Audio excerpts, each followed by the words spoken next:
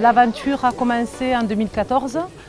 Donc moi je suis native de Lavelanet et je suis partie faire mes études à Toulouse et ensuite je suis partie travailler en Bretagne. Et donc j'ai fait des études artistiques, donc l'école des beaux-arts.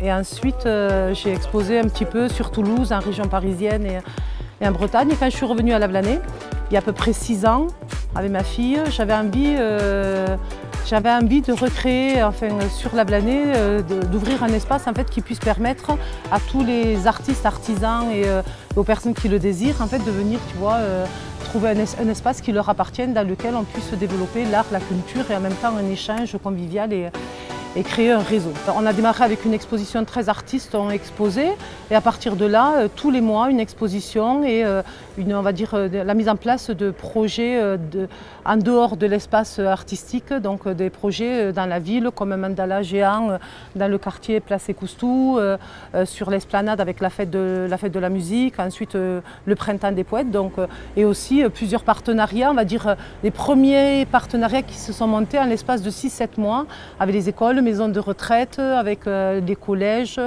des centres de loisirs. Des projets qui a été fait avec la maison paroissiale, les enfants de la maison paroissiale.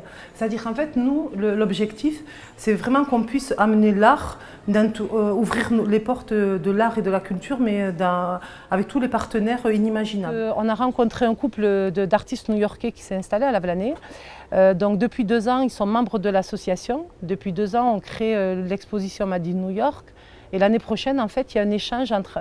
C'est les artistes lavelanésiens qui vont aller exposer à New York.